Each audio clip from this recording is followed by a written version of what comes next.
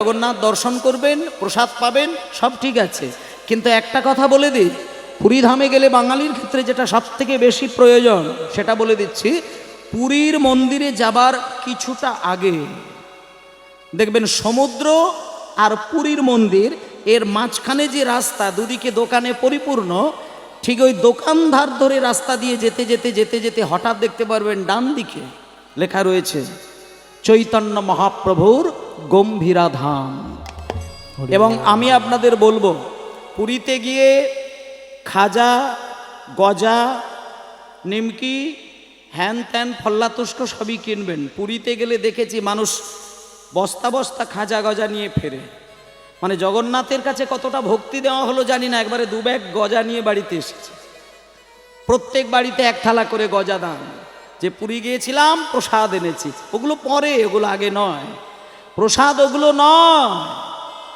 ভগবান কোন প্রসাদ পায়? আপনি একটা নাড়ুগোপাল পুষেছেন, মন্দিরে একটা নাড়ুগোপালকে বসিয়ে রেখেছেন, আর নাড়ুগোপালের হাতটা এইভাবে বাড়ানো থাকে বলে আপনি প্রত্যেকটা দিন একটা করে নাড়ু নিয়ে গোপালের হাতে দিয়ে দেন। আপনি ভাবলেন যে গোপালকে আমি সেবা দিয়েছি, খুব আনন্দ। গোপাল ওগুলো খায় না, গোপাল ওগুলো খায় না। জন্মাষ্টমীর দিনে আপনি দামি দামি নাড়ু তৈরি করেছেন, লুচি করেছেন, সুজি করেছেন, পরোটা করেছেন, আটকড়াই ভেজেছেন, তা আপনার ছেলেটা যেদিন জন্ম হবে তার গালে আটকড়াই দিয়ে দেখবেন কিভাবে চেবায়। তাহলে আপনি জন্মাষ্টমীর দিনে কৃষ্ণের জন্মের শুভক্ষণে আপনি কৃষ্ণের বুকে লুচি দিয়ে দেবেন, কড়াই দিয়ে দেবেন, ও তো দম বন্ধ হয়ে মারা যাবে। তা আপনি আটকড়াই ভাজেন কি করে? তা বলুন কি?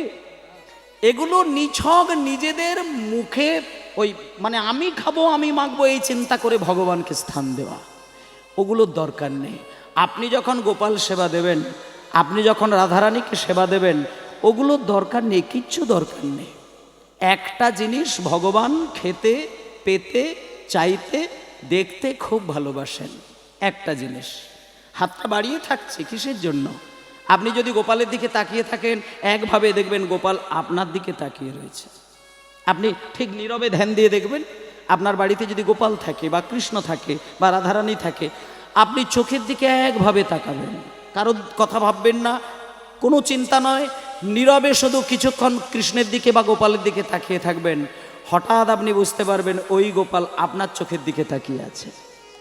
আর যখন গোপাল আপনার চোখের দিকে তাকিয়ে থাকবে, মহাপ্রভু যখন আপনার চোখের দিকে একভাবে তাকিয়ে থাকবে, আপনাকে বুঝতে হবে যে ভগবান কিন্তু ভক্তের নয়নের দিকে একভাবে নয়ন দিয়ে থাকে। কিসের জন্য? একটা আক্ষেপে কিন্তু ভগবান কাঁদেন।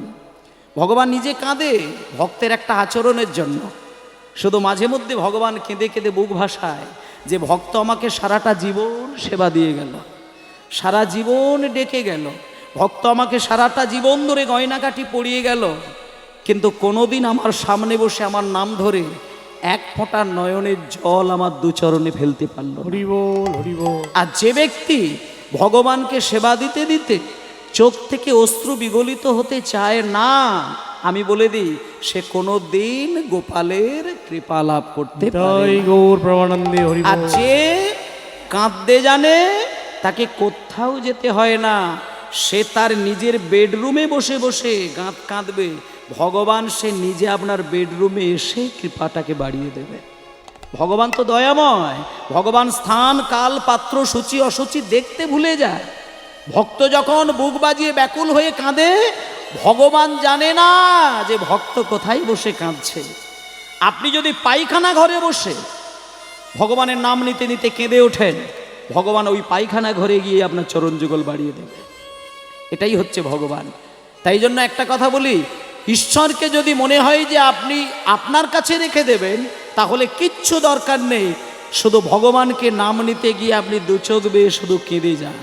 হরি বল, হরি বল। এবার অনেকে হয়তো বলতে পারেন যে আমি কিন্তু সন্ধ্যাবেলায় সন্ধ্যা দিতে গিয়ে কিন্তু আমি কাঁদি। এখানে অনেক মা আছেন হয়তো কাঁদেন, কিন্তু একটা কথা বলি, আপনি যখন সন্ধ্যা প্রদীপ দিতে গিয়ে তুলসী তলায় চোখ বন্ধ করে আপনার মনের কথাগুলো ভগবানকে জানাতে গিয়ে আপনি কেঁদে ওঠেন, আপনি কান্নাকাটি করার পরক্ষণে একটু ভেবে দেখবেন তো, আপনি কি কৃষ্ণকে ভালোবেসে কাঁদলেন? আপনি কি হরিকে ভালোবেসে কাঁদলেন? নাকি আপনার সংসারের কোনো দুঃখ মনে পড়ে গিয়ে আপনি কাঁদলেন? এইটা বিচার করে দেখবেন। অনেক মানুষ আছে কাঁদে, দেখা যাবে তার স্বামী হারিয়ে গেছে, হঠাৎ করে মন্দিরে গিয়ে তার স্বামীর কথা মনে পড়েছে, হাউ হাউ করে কাঁদছে। সন্তান হারিয়ে গেছে, জমি জায়গা হারিয়ে গেছে, সোনাদানা হারিয়ে গেছে। এই সব মায়ার সংসারের হারানো কান্না যখন ভগবানের কাছে গিয়ে কেউ ব্যাকুল হয়ে কাঁদে, ভগবান তাকে আরো লক্ষ গুণ বেশি কাঁদায়। এটা মনে রাখবেন, কারণ ভগবান ওই মায়ার কান্না কোনোদিন সহ্য করতে পারে না। ভগবান শুধু একটা জিনিস চায়, প্রেমের কান্না চায়। সেই প্রেমের কান্নাটা যখন আপনার নয়নে আসবে, আপনার চোখের জলটা বরফের থেকে ঠান্ডা জল হবে। আর যখন মায়া কান্না কাঁদবেন, সেটা গরম জল হবে। আর সেই জলের কোনো একটা টেস্ট, কোনো একটা স্বাদ আপনি জিভের মধ্যে পাবেন। কিন্তু কৃষ্ণ প্রেমের কান্নায় কোনো স্বাদ থাকে না। প্রথম কথা হচ্ছে বরফের মতো ঠান্ডা জল, আর দ্বিতীয় কথা জিভে যখন জল পড়বে কোনো স্বাদ নেই। সেই হলো কৃষ্ণ প্রেমের জল। সেই কৃষ্ণ প্রেমের ধারায় কাঁদতে কাঁদতে আপনি পুরীর মন্দিরে যাবেন।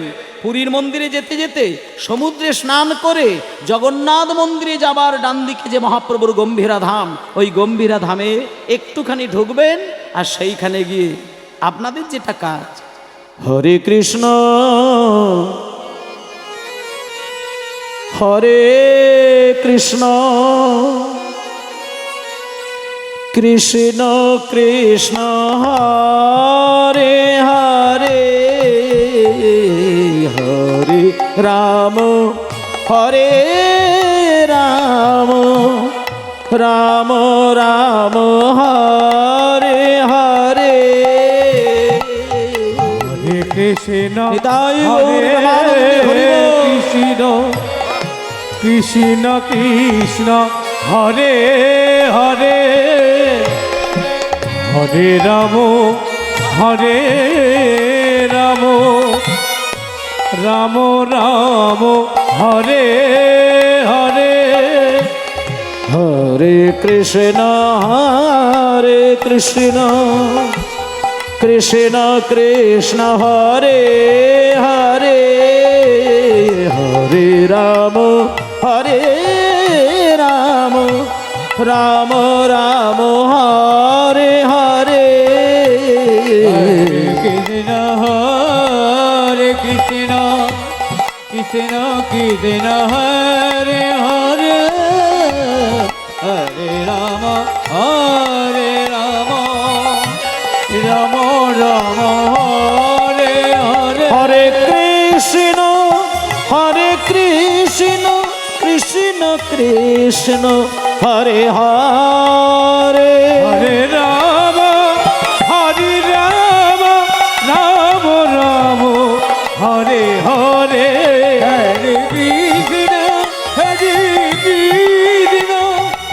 হরে হরে রাম রাম হরে হরে হরে কৃষ্ণ কৃষ্ণ কৃষ্ণ হরে হরে হরে রাম রাম রাম হরে হরে হরে কৃষ্ণ হরে কৃষ্ণ কৃষ্ণ কৃষ্ণ হরে হরে হরে হরে রাম রাম রাম হরে হরে নিতাই গৌর হরি বল হরি বল হরি বল হরি বল। জয় নিতাই। আজকে আপনারা সেবার প্রতিশ্রুতি হয়ে আজকে ঠিক গম্ভীরা মন্দিরে আপনারা যেমন হরিনাম গাইতে গাইতে যাচ্ছেন, মনে করুন আপনি পুরীর মন্দিরে গেছেন। ঠিক পরিবেশটা এবার দেখুন। লীলা দর্শন করে যে ভক্ত কীর্তন শোনে, সে অতি সহজেই ভগবানের সেবায় লেগে যায়। আর আমি আপনাদের অনুরোধ করব যে আজকে এমনভাবে শ্রবণ করবেন, মায়ের রাস্তায় এমনভাবে শ্রবণ করবেন যে আপনার হৃদয়ের মাঝখানে শুনতে শুনতে যেন ছবিটা ধরা পড়ে। মনে করুন আপনি হরিনাম করছেন, পুরীর মন্দিরে যাচ্ছেন, জগন্নাথ দেবের কাছে যাচ্ছেন না। জগন্নাথ মন্দির দেখার দরকার নেই, আপনাদের দেখার দরকার নেই। জগন্নাথ দেব দর্শন করেনি একজন, হরিদাস ঠাকুর। তিনি যতদিন পুরীধামে ছিলেন কোনো দিন মন্দিরে গিয়ে জগন্নাথ দেব দেখেননি। মহাপ্রভু বারবার বলেছিল হরিদাসকে, হরিদাস তুমি আমার সঙ্গে চলো, পুরীর মন্দিরে যাবে, জগন্নাথ দেবকে দেখবে। কিন্তু হাত জোড় করে বারবার বলেছিলেন, প্রভু আজ আস্তে আস্তে শ্রী চৈতন্য মহাপ্রভুর শ্রীক্ষেত্র গম্ভীরাধাম যাচ্ছে, মনে করুন আপনি যাচ্ছেন, হরিনাম গাইছেন, এটা অবশ্য দরকার। সমুদ্রে স্নান করাটা মানুষের কাছে এখন এই মুহূর্তে ফ্যাশন হয়ে গেছে। পুরীধামে যাবে, দীঘায় যাবে, সমুদ্রে স্নান করবে, আনন্দ করবে, কিন্তু পুরীধামের সমুদ্র স্নান বাঙালির ক্ষেত্রে আনন্দের বস্তু নয়। কারণ ওই পুরীর শ্রীক্ষেত্র সমুদ্রের জল চৈতন্যদেবের লক্ষ লক্ষ ফোঁটা চোখের জল মেশানো রয়েছে। আর 12 বছর একভাবে পুরীর মন্দিরে কাটিয়েছিলেন, আর ওই সমুদ্রে গিয়ে স্নান করেছিলেন, পাড়ে গিয়ে কৃষ্ণ কৃষ্ণ বলে আছাড় খেয়েছিলেন। তাই বাঙালি যখন সমুদ্রে স্নান করে পুরীর মন্দিরে, বাঙালি একটাই বাসনা থাকার দরকার। বলি, যেটা হরিদাসের কথা বলছিলাম, হরিদাসকে মহাপ্রভু বলেছিল, হরিদাস তুমি জগন্নাথ দেব দেখবে চলো। জগন্নাথ আমাদের এই কলিযুগের প্রাণ। কারণ যে জগন্নাথের নাভি কোমলের ভেতরে, আপনাদেরকে এই জায়গাটা বলে দিই, জগন্নাথের কাঠের মূর্তি বলে ভাববেন না যে ওটা এমনি একটা কাঠের বিগ্রহ, ওটা আবার ভাববেন না। হতে পারে কাঠ, কিন্তু ওই কাঠের ঠিক নাভি কমলের মধ্যে ভগবান শ্রীকৃষ্ণ তার নিজের অঙ্গের নাভিটা ওই জগন্নাথ মূর্তির মধ্যে প্রবেশিত করেছিলেন। কেমন করে শুনুন। কৃষ্ণ যখন তার দেহলীলা শেষ করেছিলেন, দেহটাকে দাহ করা হয়েছিল, কিন্তু নাভিটা দহীভূত হয়নি। সেই নাভি ভাসতে ভাসতে চলে গিয়েছিল পুরীর মন্দিরে। আর ইন্দ্রদ্যুম্ন রাজা তখন নাভিটাকে নিয়ে একটা যজ্ঞ করে ওই জগন্নাথের কাঠের মূর্তির মধ্যে প্রবেশ করিয়ে দিয়েছিলেন। এবং 12 বছর ছাড়া ছাড়া ওই পুরাতন মূর্তি বাতিল করে দিয়ে নূতন মূর্তি তৈরি করে নাভিটাকে পরিবর্তন করে নূতন মূর্তিতে প্রবেশ করেন। তাই 2 দিন আপনারা জগন্নাথ মন্দিরে পারলে যাবেন, 2 দিন। এক হচ্ছে 12 বছর ছাড়া একটা অনুষ্ঠান হয়, যেটা হচ্ছে নবকলেবর একটা অনুষ্ঠান হয়, 12 বছর ছাড়া হয়। এটা 12 বছর ছাড়া ছাড়া নূতন মূর্তি তৈরি হয়, পুরাতন মূর্তি সম্পূর্ণ বাতিল করে দেওয়া হয়, এটা একটা অনুষ্ঠান। আরেকটি উৎসব হয়, সেটা হচ্ছে প্রত্যেক বৎসর জগন্নাথের রথযাত্রা হয়। তার মধ্যে ভাঙা রথ, যেটা উল্টো রথ বলে, যেটা ওই সময় আপনারা যাবেন, ওই সময় গিয়ে অপেক্ষা করবেন। ওইখানে উল্টো রথ হয়ে যাবার পরে রথ সম্পূর্ণরূপে ভেঙে দেওয়া হয়। একমাত্র পুরীধাম যেখানে প্রত্যেক বছর লক্ষ লক্ষ টাকা খরচা করে রথ তৈরি হয়, আর রথটা সম্পূর্ণ ভেঙে দিয়ে কাঠগুলোকে টুকরো টুকরো করে নিলামে বিক্রি করেন। এবং সারা ভারতবর্ষ থেকে বিভিন্ন বৈষ্ণব সমাজ গিয়ে ওই রথের কাঠ নিলামে কিনে নেন। এবং যারা জানেন তারা গিয়ে কিনে আনেন, অনেকেই বোঝেন না। তাই আমি বলে দিচ্ছি, 2 দিন আপনারা যাবেন। এক হচ্ছে রথযাত্রার দিনে যাবেন, আর নবকলেবর উৎসবের দিনে যাবেন। কারণ যে জগন্নাথকে আপনি দেখছেন, পা নেই, হাত নেই, চোখগুলো বড় বড়, কানগুলো লম্বা লম্বা, মুখটা বিকৃত, কিন্তু উনি এই কারণেই বিকৃত হয়েছেন, উনি মানুষকে সুন্দর করে সাজাতে গিয়ে নিজে নিঃস্ব হয়ে বসে আছেন। চরণ 2 দিয়ে দিয়েছেন মানুষকে, আর বলতে চেয়েছে, ওরে মানুষ, নিজে কর্ম করার জন্য সারা বিশ্ব ব্রহ্মাণ্ডে তুই ছুটে বেড়াবি, যেখানে পারবি সেখানে ছুটবি, আমি তোকে চরণ দিয়ে দিলাম। কর্ম করার জন্য বাহু দিয়ে দিলাম, তোকে শক্তি দিয়ে দিলাম, বুদ্ধি দিয়ে দিলাম, মন দিয়ে দিলাম, চোখ দিয়ে দিলাম, তাই আমি নিঃস্ব হয়ে বসে থাকলাম। তাহলে আমরা যখন পুরীধামে যাব, আমাদের কাছে জগন্নাথের কাছে চাইবার তো কিচ্ছু নেই, কিচ্ছু নেই। আমাদের মূল কথা হচ্ছে পুরীধামে গিয়ে চৈতন্যের কৃপা লাভ করা। সেই চৈতন্যের কৃপা লাভ করতে গেলে 1 নম্বর সমুদ্রে স্নান করে আপনি হা কৃষ্ণ হা চৈতন্য বলে কাঁদবেন, সেইখানে মহাপ্রভুর চরণধুলো রয়েছে আর চোখের জল রয়েছে। এইবার ওখান থেকে স্নান করে আপনি কৃষ্ণ কৃষ্ণ বলতে বলতে চলে আসবেন গম্ভীরা ধাম। এবার এই গম্ভীরা ধামে আসলে, যেখানে চৈতন্য মহাপ্রভু 12 বৎসর, 1 বছর 2 বৎসর নয়, 12 বছর একটা ছোট্ট ঘরের মধ্যে 2 জনকে বুকে জড়িয়ে ধরে পাগলের মতন কৃষ্ণ বলে কেঁদেছিলেন, পাগলের মতন। সে কান্না পৃথিবীতে দ্বিতীয় কোনো মানুষ কাঁদতে জানে না। 2 জন ব্যক্তি ছিলেন, আমি নাম বলে দিচ্ছি। একজনের নাম স্বরূপ দামোদর, তার গলাটাকে জড়িয়ে ধরতেন। আর দ্বিতীয় হচ্ছে রামানন্দ রায়, তারও গলা জড়িয়ে ধরতেন। কখনো স্বরূপ দামোদরের গলা জড়িয়ে ধরে কাঁধে মাথা রেখে হা কৃষ্ণ বলে কাঁদতেন, আর কখনো রামানন্দ রায়ের গলা জড়িয়ে ধরে হা কৃষ্ণ বলে কাঁদতেন। এবং একটা কথা বলি, মানুষের যতই তীব্র বিরহ হোক, কিন্তু মানুষের চোখের জল বদন গড়িয়ে পড়ে। মনে করুন কোনো মায়ের জীবন থেকে সন্তান হারিয়ে গেছে, মা কিন্তু কাঁদবে, মা পাগল হয়ে যাবে, মা মূর্ছা চলে যাবে, মা বুকে হাত চাপড়ে চাপড়ে অজ্ঞান হয়ে যাবে, চোখ থেকে সমুদ্রের মতো জল গড়াবে, কিন্তু মহাপ্রভুর যে চোখের জলের গতি সেটা কিন্তু মানুষের দেখা যায় না। একটুখানি বলে দিই, কখনো কখনো স্বরূপ দামোদরকে সামনে রেখে স্বরূপের কাঁধে দুটো হাত রেখে হা কৃষ্ণ বলে কাঁদতেন। এমনভাবে মহাপ্রভুর তীব্র বিরহটা দেখা যেত যে হা কৃষ্ণ বলে কাঁদতে গেলে চৈতন্যদেবের চোখ থেকে জলটা পিচকারির মতো ঠিকরে গিয়ে স্বরূপ দামোদরের বদন ভিজে যেত। আপনারা একটুখানি উপলব্ধি করে দেখুন তো মা, একটা মানুষ কাঁদবে, তার চোখের জল পিচকারির মতো ঠিকরে দ্বিতীয় ব্যক্তির কাছে যাবে, সেটা কিসের বিরহ? এগুলোকে ভাবার দরকার, এগুলো ভাবার দরকার। চৈতন্যদেব হা কৃষ্ণ বলে কাঁদছে, চোখের জল অন্য ব্যক্তির বদন ভিজিয়ে দিচ্ছে। আজকে সেই স্বরূপ, সেই রামানন্দ রায় গলা জড়িয়ে ধরে কাঁদছে। কেমন করে? স্বরূপের গলায় ধরি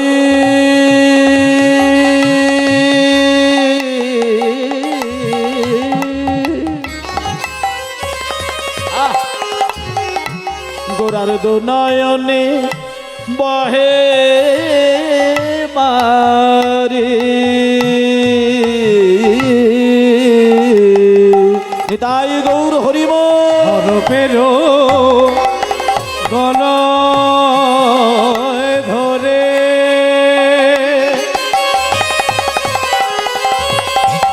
ঘোরার দু নয়নে বয়ে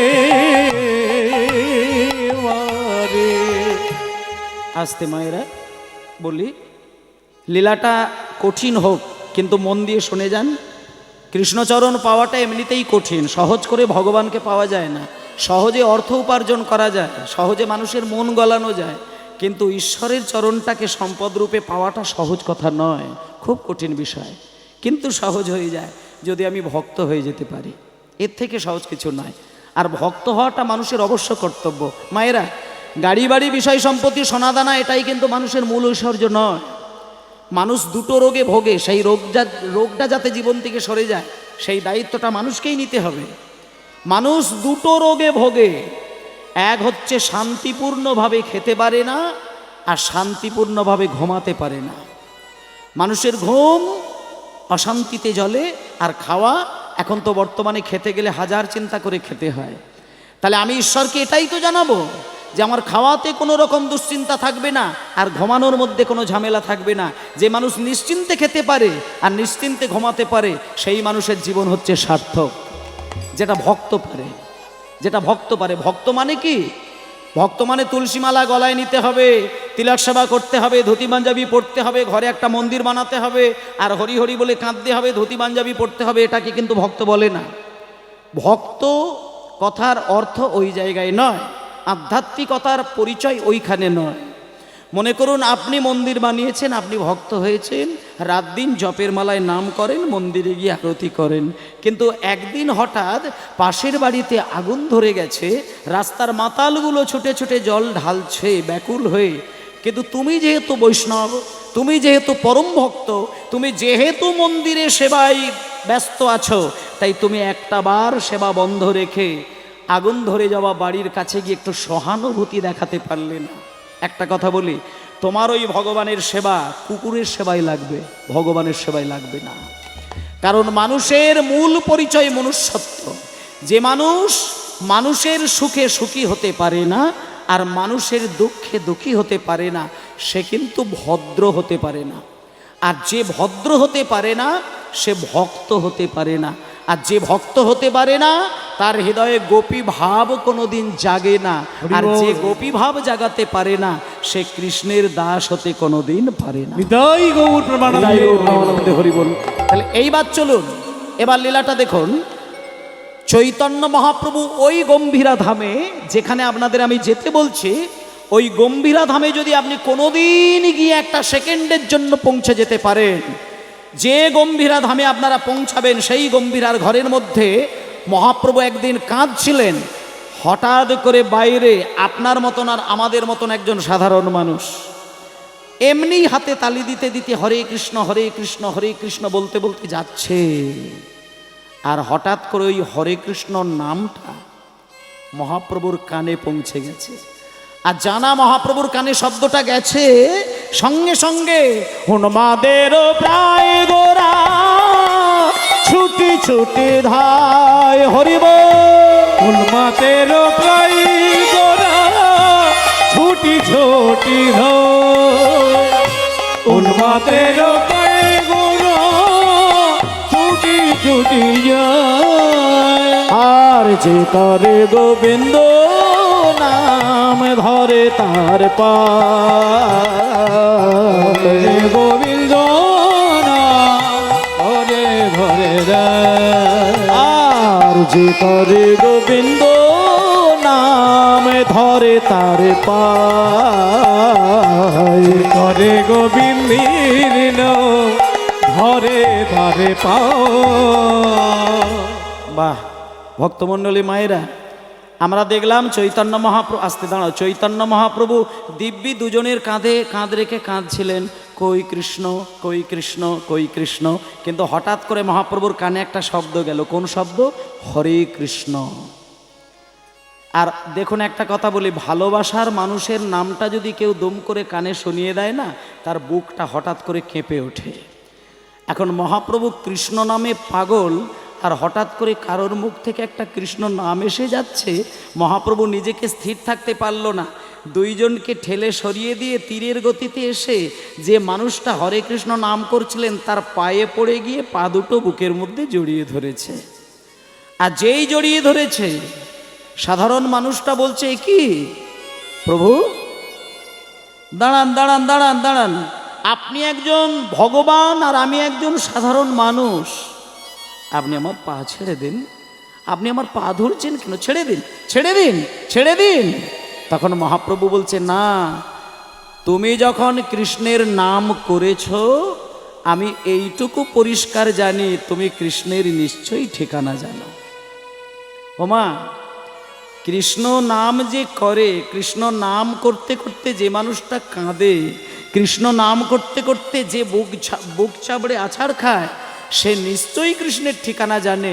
তাই বলছে, ওগো ওগো জানো যদি আমায় বলে দাও হে, জানো হরি যদি বল, হরি হরি বল। আমায় বলে দাও হে, আমি কোথায় গেলে পাবো তারে, ওগো জানো যদি আমায় বলে দাও, আমি কোথায় গেলে পাবো তারে, জানো যদি আমায় বলে দাও হে।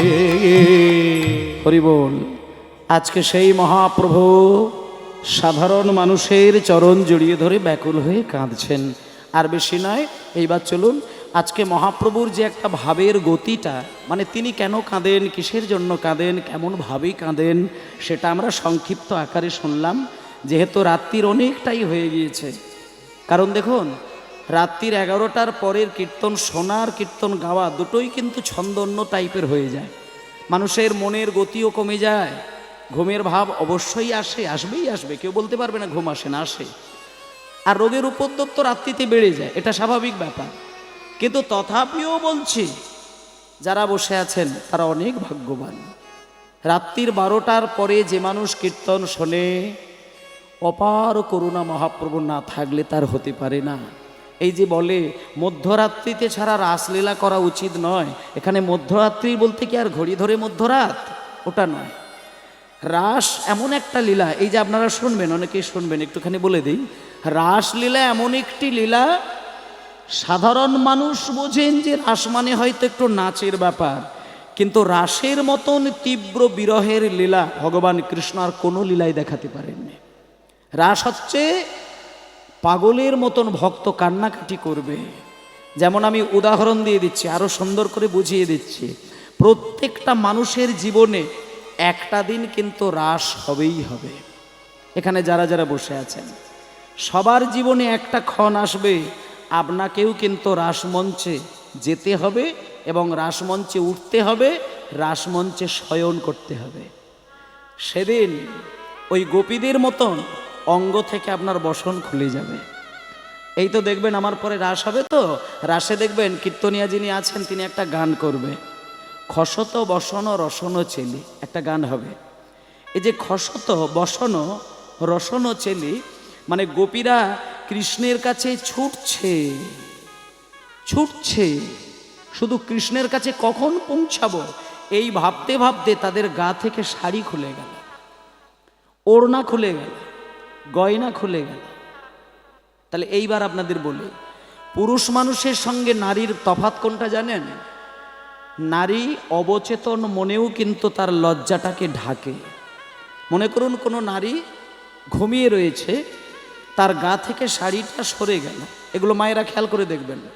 কোনো মানুষকে কিন্তু বলতে লাগে না, ঘুমের ঘরেও কোনো নারীর গা থেকে বসন সরে গেলে সে ঘুমের ঘরেই অবচেতন মনেই কিন্তু তার শরীরকে ঢাকে। এটা নারীর অভ্যাস, ভগবান দিয়েছেন প্রকৃতিকে এই শক্তি। তাহলে যে নারী অবচেতন মনে নিজের অঙ্গ ঢেকে রাখে, সেই নারী শ্রেষ্ঠ ললিতা বিশাখা চিত্রা চম্পকলতা। তারা যখন কৃষ্ণ চরণে ছুটছে কৃষ্ণকে পাওয়ার জন্য, তাদের গা থেকে শাড়ি খুলে যাচ্ছে, গয়না খুলে যাচ্ছে, ওড়না খুলে যাচ্ছে, সম্পূর্ণ দেহ আলগা হয়ে যাচ্ছে। একটা মানুষ বোঝে না যে রাস দেখতে গিয়ে ললিতা বিশাখার অঙ্গ থেকে বসন খুলে গেল কেন? তারা কি বুঝতে পারে না? একটা জিনিস বলি, রাস এমন একটি ক্ষেত্র, রাস এমন একটি জায়গা, সেখানে প্রত্যেকটা মানুষকে একদিন যেতে হবে। আর যেদিনকে আপনাকেও বাঁশি ধরে কৃষ্ণ ডাকবে, আপনি যখন ছুটবেন ওই রাসমঞ্চে, আপনারও গা থেকে কিন্তু সমস্ত বসন খুলে যাবে। হৃদয় গৌর প্রমানন্দে হরি বল। বুঝতে পারবেন না, আপনি ভাবছেন যে আপনার ঘুমসিটুকুও থাকবে, ওটিও কেটে দেবে, ঘুমসিটুকু থাকবে না। যেমন রূপে আপনি প্রকৃতিতে মায়ের কোলে এসে দেখা দিলেন, সেই রকম রূপেই আপনাকে যেতে হবে গোবিন্দ চরণে। রাস রয়ে আকার দন্তস্ব রাস। ও মায়েরা একটা বলি, এই যে সবাই বলছে রাসে গেলে কান্নাকাটি হবে, রাসে গেলে নাচ গান নয়, রাসে হচ্ছে কান্নাকাটি হয়। আপনার জীবনে রাস হবে কোন দিন? সেই দিন যেদিন আপনার সমস্ত পাতাগুলোকে ছিঁড়ে দেবে। আমাদের জীবনের কতগুলো ডায়েরির মধ্যে দিনের পাতা রয়েছে। সূর্য দেবতা পূর্ব দিকে উঠে পশ্চিম দিকে চলে যায়, একটা করে দিন সূর্যদেব আমাদেরকে আলো দেয়, দেখা দেয়। আর সন্ধ্যাবেলায় যখন সে চলে যায়, আমাদের জীবনের ডায়েরির পাতা থেকে একটা করে দিনের পৃষ্ঠা কিন্তু কেড়ে নিয়ে যায়। বলি, আপনারা তো প্রত্যেক বছর কীর্তন শুনছেন। আপনি এই গত বছরে এইখানে কীর্তন হবার সময় বা এই গ্রামে কীর্তন হবার সময় দেখবেন যে সমস্ত ভক্তবৃন্দ নেচে গেয়ে কীর্তন শুনেছিলেন। এই বাবা বস বাবা, নাহলে ধীরে ধীরে যা। একটা মানুষ আজকে কীর্তন শুনছে, এই বাড়িতে যদি আগামী বছর কীর্তন হয়, আমি বলে দিচ্ছি আপনারা কিন্তু গ্যারেন্টি দিয়ে বলতে পারবেন না যে এই দাদা যদি আবার আগামী বছর কীর্তন করে আমি শুনতে আসতে পারবো। এটা বলা যাবে না। কেন জানেন? মায়ার সংসারে কে কটা দিনের জন্য এসেছে তার হিসাবটা কিন্তু কেউ বলতে পারে না। সূর্যদেব আলো দেয়, এটাতে আমরা খুব আনন্দ করি, কিন্তু তিনি যখন চলে যায় সন্ধ্যাবেলায়, আমরা এটা জানি না যে আমার একটা দিনকে কিন্তু সে কাটিয়ে দিয়ে চলে গেল। আর ওই একটা একটা করে দিন কাটতে কাটতে একটা বছর কোন দিন ঘুরে যাচ্ছে সেটা বোঝা যায় না। আপনাদেরকে আমি মনে করিয়ে দিচ্ছি, আপনি যদি একদিন স্থির মনে চিন্তা করে চোখ বন্ধ করে দেখেন, আপনার ওই ছেলেবেলার ঘটনাগুলো মনে হবে মাত্র দুদিন আগেকার ঘটনা। তাহলে যে ছেলেবেলার ঘটনাগুলো দুদিন আগেকার ঘটনা বলে মনে হলো, আর আজকে ইতিমধ্যেই কিন্তু আমরা বৃদ্ধ হয়ে গেলাম, আমরা বুঝতেই পারলাম না। তাহলে আর কটা দিন মাত্র আমাদের হাতে বাকি আছে, কোন দিন আমাদের জীবনবেলা শেষ হয়ে যাবে বুঝতে পারবো না। তাই জন্য বলছে রাত্রির 12টা, মধ্যরাত্রি, এটা কথা নয়। রাস শ্রবণ করতে গেলে মধ্যরাত্রি মানে এখানে রাত্রির 12টার কথা বলে না, সাধকের গভীরতা থাকতে হবে সাধনা। যার সাধনার গভীরতা রয়েছে সে একমাত্র ভগবান শ্রীকৃষ্ণ আর রাধারানীর রাসতত্ত্বটা বুঝতে পারেন। ও মায়েরা, যেদিন আপনি মরে যাবেন আপনার গা থেকে শাড়ি খুলে নেবে, গয়না খুলে নেবে, ঘুমসি কেটে নেবে, সেদিন আপনাকে চিতার ওপরে শুইয়ে দেবে, সেদিনটা হচ্ছে আপনার কৃষ্ণের কাছে যাওয়ার একটা বিশেষ দিন। কিন্তু আমরা নিজেকে তৈরি করতে পারি না, আমরা ভাবি সারা জীবন বেঁচে থাকবো। কিন্তু মা, কেউ কটা দিনের জন্য এসেছে, কেউ সারা জীবন থাকবে না, আর কদিন থাকবো সেটাও জানি না। শুধু একটা জিনিস গোবিন্দের চরণে জানাবো, ঠাকুর যটা দিন আমি বেঁচে থাকবো আমি যেন কাঁদতে কাঁদতে দিন কাটাই, কিন্তু যেদিন আমার মৃত্যু হবে সেদিন যেন আমি হাসতে হাসতে মৃত্যুবরণ করি। এই ফুচকি, নিতাই গৌর হরিবোল হরিবোল হরিবোল হরিবোল। মানুষ কাঁদতে জানে, হাসতে জানে না। প্রত্যেকটা মানুষের যখন মরণ হয় তীব্র যন্ত্রণা নিয়ে মানুষ মরে। একটা মানুষকে আপনি দেখতে পাবেন না নীরবে মৃত্যুবরণ করেছে, হাসতে হাসতে মৃত্যুবরণ করেছে, একটা মানুষকে দেখানো যাবে না।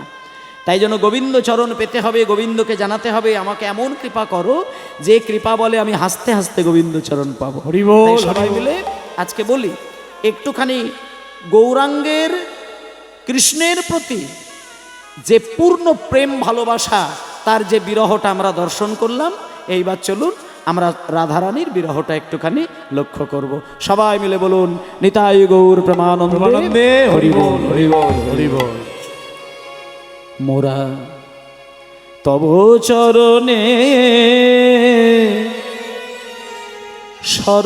শরণাগত, মোরা তব চরণে শরণাগত।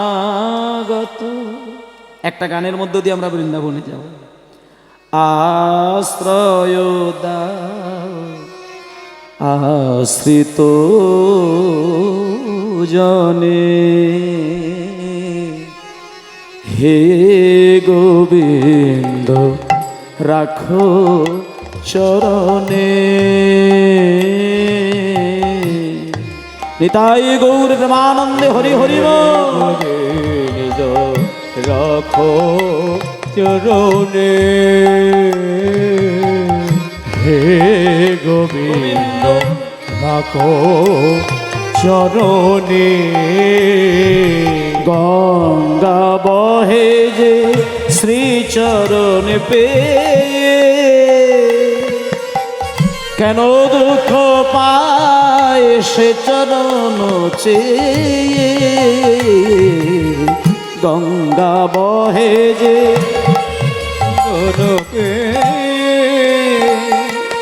কেন দুঃখ চরণে,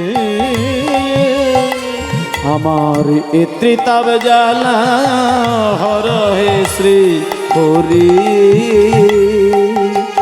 রবি কলঙ্ক ভুবনে রাখো চরণে। তাই গৌর হরি হরি রাখো চরণে,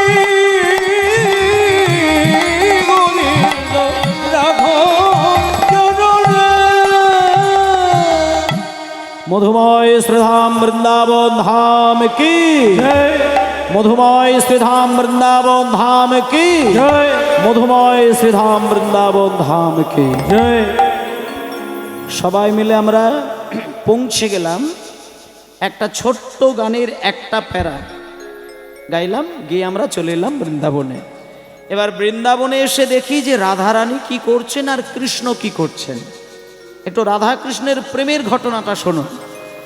রাধারানী কৃষ্ণকে ভালোবেসেছিলেন, আস্তে, রাধারানী কৃষ্ণকে ভালোবেসেছিলেন, কিন্তু রাধা কিন্তু সুখী হননি। এমনভাবে ভালোবেসেছিল তার জন্য রাধারানীকে 100 বছর ধরে ঠাঁয়ে বসে কাঁদতে হয়েছিল। এটাই কৃষ্ণের স্বভাব।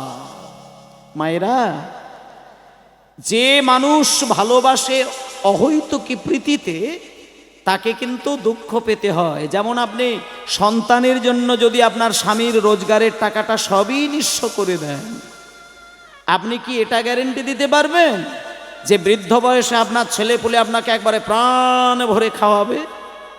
কোনো মা বাবা এই গ্যারেন্টি দিতে পারে না, সম্ভব নয়। এটা ছিল শত শত বছর আগে ছিল, কিন্তু এই মুহূর্তে বর্তমানে সেটা আর নেই।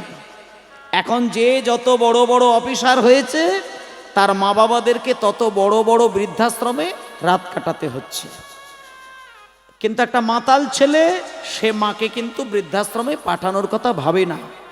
চাষ করে খায়, রাজমিস্ত্রি কাজ করে খায়, এরকম ছেলে মা বাবা বৃদ্ধাশ্রমে পাঠায় না।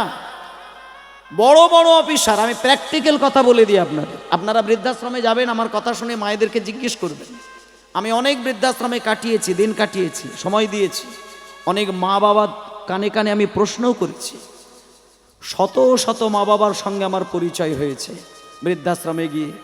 যারা যারা বৃদ্ধাশ্রমে বসে বসে একেবারে ঠকঠকে বৃদ্ধ মা বাবা এক জায়গায় বসে বসে শুধু নিজে নিজে কাঁদছে, তাদের কাছে গিয়ে যদি প্রশ্ন করেন দেখবেন তার ছেলে মেয়েগুলো কিন্তু বড় বড় ভদ্র অফিসার।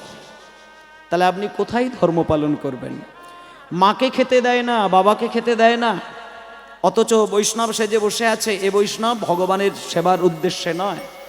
তাই জন্য বলি, ভালো আপনি বেসেছেন সন্তানকে, আর আপনি আপনার সব থেকে মূল্যবান রত্ন, অর্থ, টাকা পয়সা সব সন্তানের পিছনে দান করে দিলেন, খরচা করে দিলেন।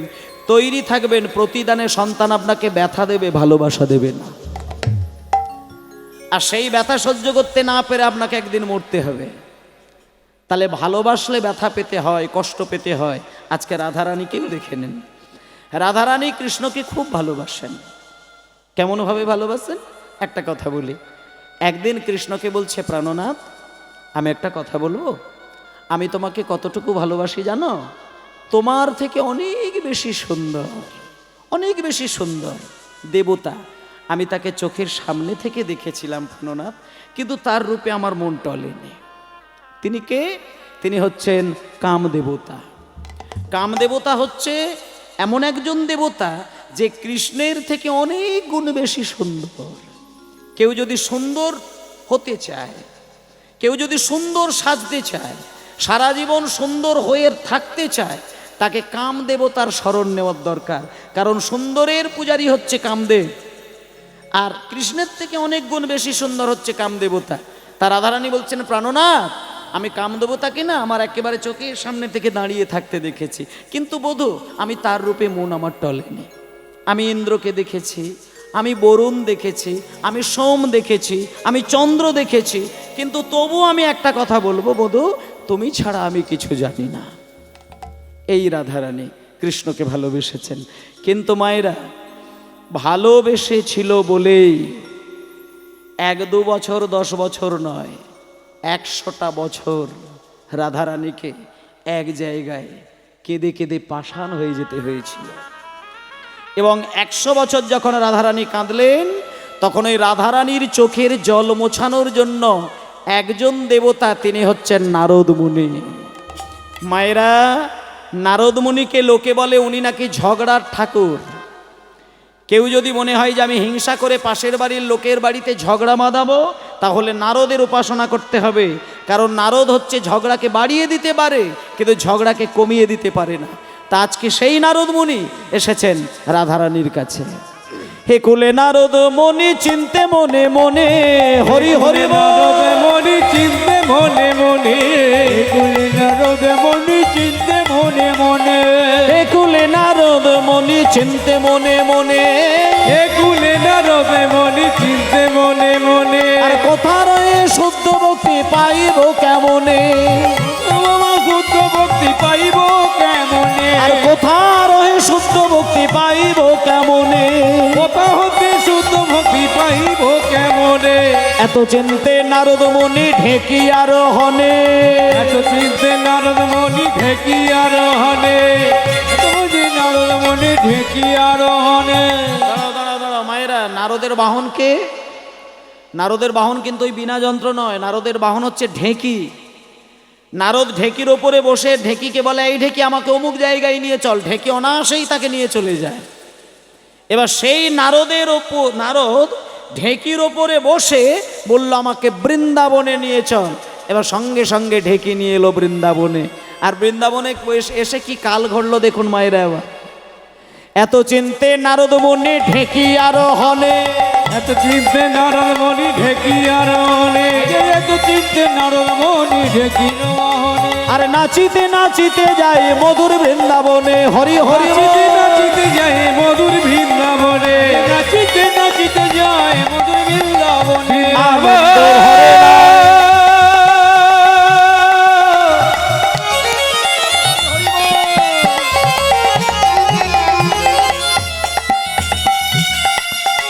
নারদ যায়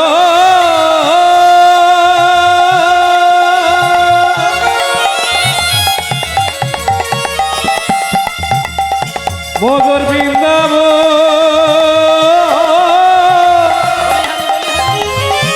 মধুর বৃন্দাবন।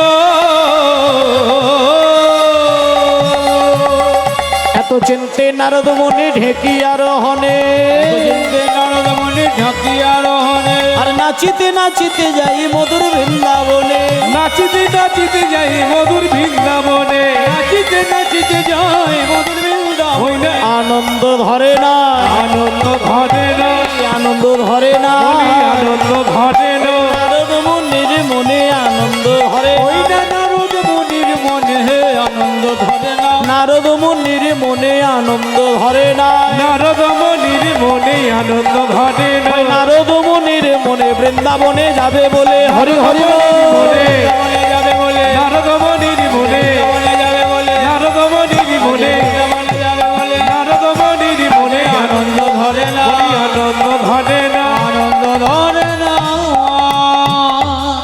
দাঁড়াও। নারদ মুনি আজকে মনে মনে চিন্তা করছে, আমি এবার শান্তির জন্য একটু বৃন্দাবনে যাব। কারণ যুদ্ধ, ঝগড়া, খুন খারাপি এসব দেখতে দেখতে দেখতে দেখতে দেখতে দেখতে আমার শরীর একেবারে জ্বালায় জ্বালায় ঝালাপালা হয়ে যাচ্ছে।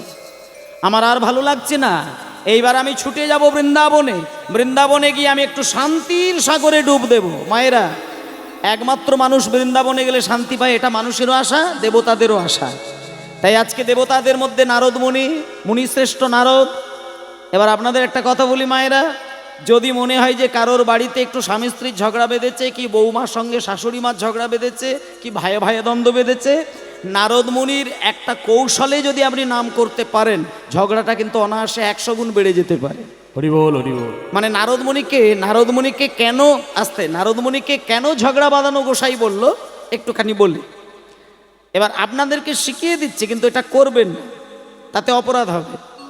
বলে দিই, কালো কচুর গাছ যদি কোথাও দেখেন, কালো কচুর মাঝখান থেকে যে শির উঠবে, যে ছোট্ট একটা শির ওঠে, ওই ছোট্ট শিরকে বাটবেন, বেটে নিয়ে দুটো বুড়ো আঙুলের নখে লাগিয়ে দেবে। এবার দুটো বুড়ো আঙুলের নখে লাগিয়ে দিয়ে, যাদের বাড়িতে ঝগড়া হচ্ছে, আপনি যদি মনে করেন যে ঝগড়াটা আরো বাড়িয়ে দিলে আমি আনন্দ পাবো, তাহলে আপনি তাদের বাড়ির জানালার বাইরে আপনি দাঁড়াবেন। আর ওই কচু, ওই ডাঁটা যে কচু পেস্ট করা রয়েছে, ওটা নখে লাগানো রয়েছে। এবার আপনি ওই ঝগড়াটা শুনবেন, আর জানালার ফাঁক দিয়ে তাকাবেন, আর ওই দুটো বুড়ো আঙুলের নখে নখে ঠুকবেন, আর 3 বার বলবেন, নারদ নারদ। মন কে করে জানি না, কিন্তু আমি করি। এবার এটা যদি করেন, আপনি নিজে খেয়াল করে দেখবেন, ঝগড়াটা যা থেমে যাচ্ছিল 100 গুণ ঝগড়া বেড়ে গেছে। আর ওইখানে দাঁড়াবেন না, সোজা বাড়ি চলে আসবে। সোজাই এটা করবেন না, বলে দিলাম। শোভনবাবু, এসব করবেন না, যা করেছি আর করবেন না। এখন তাহলে মায়েরা, যার নাম নিলে ঝগড়া বাড়ে, এমনি শাস্ত্রে বলা আছে নারদ হচ্ছে ঝগড়া বাঁধানোর জন্য গুরু ঠাকুর হয়ে বসে আছেন। কিন্তু নারদের কাণ্ডটা আজকে দেখুন। নারদ মুনি নিজে একটা দুঃখে পড়ে আছে, কি এই ত্রিভুবনে সবাই আমাকে বলে আমি ঝগড়া বাঁধানো গোসাই। সেজন্য দেখেন না, বাড়িতে যদি কেউ নারদ হয়ে থাকে, বাড়ি আগুন লেগে যায়। রাজা দশরথের ওই সংসারটা ছাই হয়ে গেল কেন? সেখানেও তো একজন ছিল মন্থরা, সে তো কুমন্ত্রণা দিয়ে দিল কৈকেয়ীকে, আর কৈকেয়ী সেটা নিয়ে নিল, ব্যাস ধ্বংস হয়ে গেল। কত বড় বড় 51বর্তী পরিবার, সাজানো সংসার, ভাইয়ে ভাইয়ে যায় যায় কত মিল, কিন্তু একটা নারদের মন্ত্র যদি সেখানে পৌঁছায় সব শ্মশান হয়ে যায়। হরি বল, হরি বল। এইবার বলি, নারদ মুনি মনে মনে চিন্তা করছে, লোকে আমাকে বলে ঝগড়া বাঁধানো গুরু ঠাকুর, কিন্তু আজকে থেকে আমি প্রতিজ্ঞা করলাম আমি আর কোনো দিন লোকের মধ্যে ঝগড়া সৃষ্টি করব না। উনি কি করলেন দেখুন, বৃন্দাবনে এসে নারদ যখন পা দিয়েছে, হঠাৎ দেখল আমি শান্তির আশায় বৃন্দাবনে এলাম বটে, কিন্তু আমার পা থেকে মাথা পর্যন্ত জ্বলে যাচ্ছে, আগুনের ঝলক লেগে যাচ্ছে। এটা নিশ্চয়ই কোনো কারোর বিরহ জ্বালা। মায়েদের একটা কথা বলি, বিরহ জ্বালার থেকে তীব্র জ্বালা বা যন্ত্রণা মানুষের জীবনে অন্য কোনো জ্বালা হতে পারে না। কেউ যদি বিরহ জ্বালায় ভোগেন, স্বামীর বিরহে জ্বালা, পুত্র বিরহে জ্বালা, কোনো বিরহ জ্বালায় যখন মানুষ ভোগে, তাকে বাইরে থেকে কিন্তু আগুন ধরিয়ে জ্বালা দিলে সে জ্বালা সে কোনো টের পায় না। আজকে দেখুন মায়েরা, রাধারানী জ্বলছে কৃষ্ণ প্রেমে, 100 বছর ধরে রাধারানী এক জায়গায় বসে বসে হা কৃষ্ণ বলে বলে কাঁদছে। এবার দেখুন মা, নারদ মুনি বৃন্দাবনে এসে 3 পা এগিয়েছে, হঠাৎ মনে মনে চিন্তা করছে, আমার যে গায়ে জ্বালাটা লাগছে এটা কিসের জ্বালা, কোথাকার জ্বালা? এখানে তো সূর্যও দেখতে পাচ্ছি না, আর দাবানলেরও কোনো আগুন আমার চোখে পড়ে না, তাহলে আমার অঙ্গে যে জ্বালাটা লাগছে এটা কিসের জ্বালা? নারদ মুনি ভালো করে খুঁজে খুঁজে দেখলেন, তত্ত্বদর্শী নারদ ঋষি চারি পানে চায়, হরি হরি বল। চারি প্রাণে চায়, তত্ত্বদর্শী নারদ ঋষি চারি প্রাণে চায়, তত্ত্ব ঋষি নারদ ঋষি চারি প্রাণে চায়। আর কোথা হইতে তা বাসি লাগে মোরে গায়, কোথা হতে বড়দি লাগে মোরে পায়ে, কোথা হতে পদ্মবাসী লাগে হরি বল, কোথা হইতে তা বাসি লাগে মোর গায়, কোথায় আছি দামে আছি লাগি হলো গয়, কোথা হইতে তা বাসি লাগে মোর গায়। কোথা থেকে আগুনের তাপটা আমার গায়ে লাগছে, কোথা হইতে তা বাসি লাগে মোর গায়, কোথা হইতে তাপাসি লাগে মোর গায়ে, লাগি গাই গো